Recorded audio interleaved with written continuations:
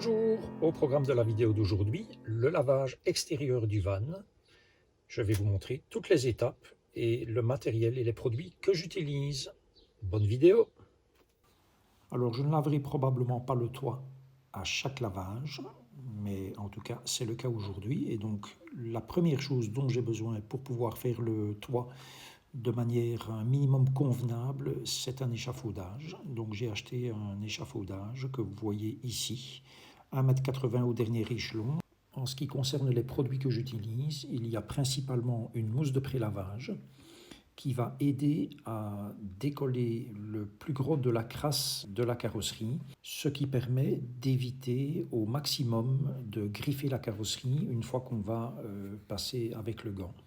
Produit suivant, ça sera le shampoing. Donc j'ai mon seau avec mon shampoing, mais j'applique aussi en général le shampoing avec aussi un canon à mousse, de manière à ce qu'il puisse rester sur la carrosserie un petit peu et déjà faire son travail. Enfin, toujours pour la carrosserie, j'utilise vraiment en fin de lavage une cire. C'est le liquide jaune que vous voyez là, donc c'est du Top Gloss Shine de chez Autobrite Direct en Grande-Bretagne. Le produit pour les jantes, c'est du Purple Rain qui vient aussi de chez Autobrite Direct. C'est en fait un décontaminant. Pour le lavage proprement dit, j'utilise deux seaux, le seau bleu uniquement pour les jantes, le seau vert pour la carrosserie.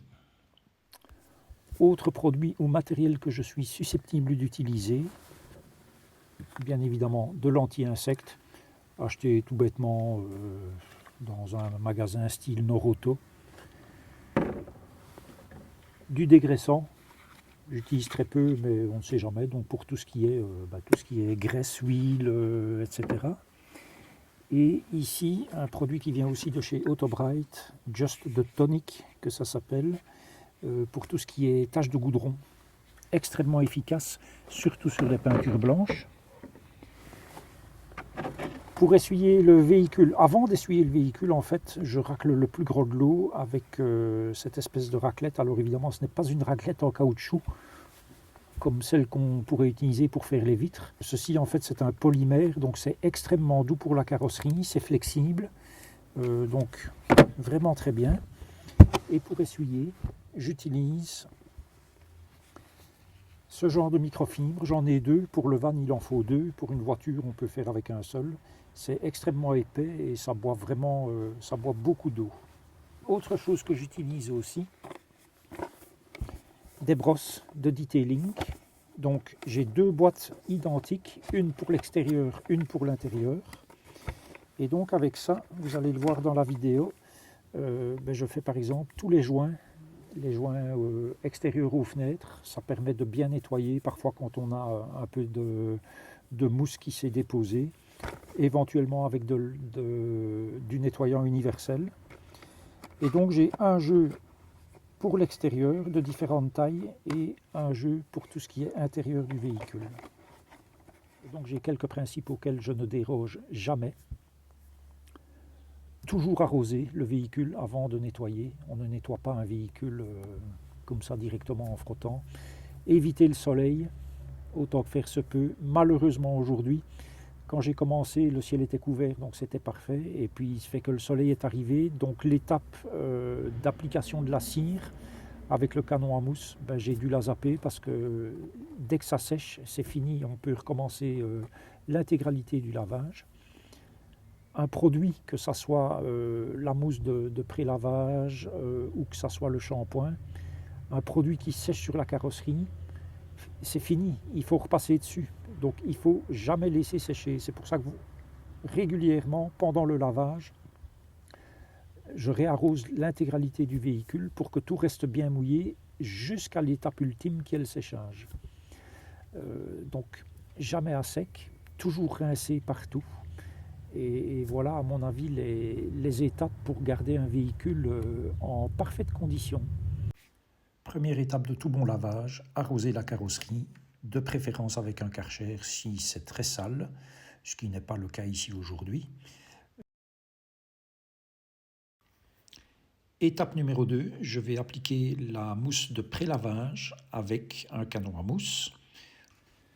Pendant que la mousse agit, je passe avec une brosse de detailing sur tout ce qui est jonction, joint de fenêtre, etc. La logique voudrait, par exemple, que je passe aussi sur tout le pourtour du plastique de protection latérale de chaque côté. Il se fait que comme j'ai vu que le soleil allait revenir très vite, voilà, j'ai fait vraiment le principal, à savoir tous les joints de fenêtres et tous les creux qu'on a dans la calandre.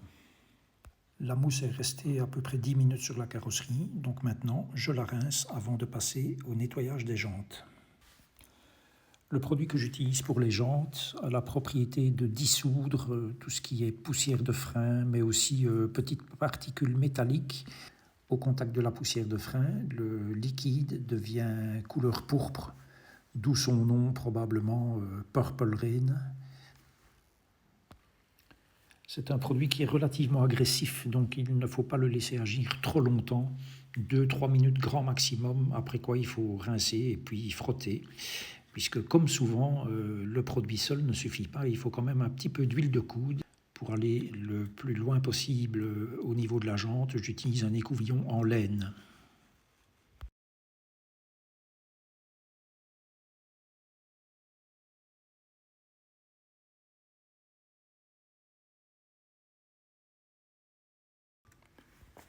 Je commence donc maintenant le lavage et c'est bien évidemment le moment où le soleil décide de refaire son apparition. Je vais donc devoir procéder petit morceau par petit morceau en arrosant chaque fois entre chaque partie, entre chaque panneau de carrosserie nettoyé. Pourquoi faire les jantes avant de faire le reste? Tout simplement pour ne pas rééclabousser quelque chose qui aurait déjà été nettoyé. Dans le même ordre d'idée, quand on fait un nettoyage complet intérieur-extérieur, il est préférable, de mon point de vue, de commencer par l'intérieur, aspirer, faire les sièges, tableau de bord, etc. Et puis faire les passages de porte. Et donc pourquoi faire ça avant de laver l'extérieur? Parce que tout simplement, de l'eau sale qui pourrait couler quand on nettoie le passage de porte, qui s'écoulerait sur quelque chose qu'on a déjà nettoyé, ça n'a aucun sens. Donc on fait toujours le plus sale et le plus propre en dernier lieu.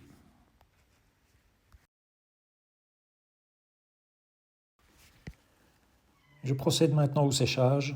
Donc avec la raclette, je racle le plus rapidement possible le maximum d'eau pour ne pas que ça sèche en plein soleil. Et puis ma microfibre pour vraiment aller dans le détail. Je n'ai pas reçu la protection hiver pour les grilles extérieures du frigo. Voilà, je ne sais pas si c'est normal ou pas. Est-ce que ça doit être livré en standard ou est-ce que c'est une option à acheter? Toujours est-il que je ne les ai pas. Donc pour le lavage, j'ai simplement mis de l'autocollant large sur les deux grilles. Il ne faut bien sûr pas oublier d'ouvrir toutes les baies afin de les essuyer convenablement et d'essuyer la carrosserie, la partie de carrosserie qui est cachée par les baies. Maintenant que le véhicule est nettoyé et séché, je vais mettre du silicone au niveau du marchepied.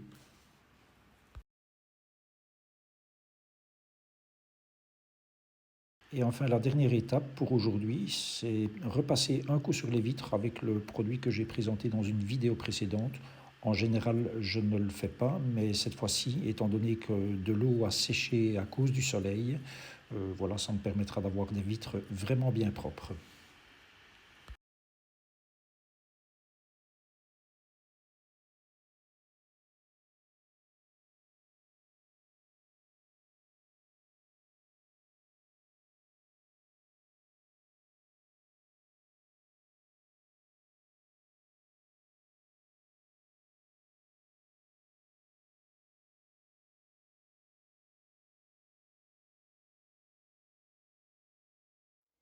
Voilà, comme vous pouvez le voir, mon véhicule est nickel, comme neuf, quoique. Quand j'ai pris livraison du véhicule le 25 février dernier, il avait bien sûr été nettoyé, intérieur, extérieur, sauf que quand je suis arrivé chez moi et que j'ai pris l'échelle pour aller voir ce qui se passait sur le toit, j'ai découvert que le toit était entièrement vert. Donc le véhicule avait traîné pendant très longtemps sur le parking du concessionnaire et ça n'avait pas été nettoyé avant livraison.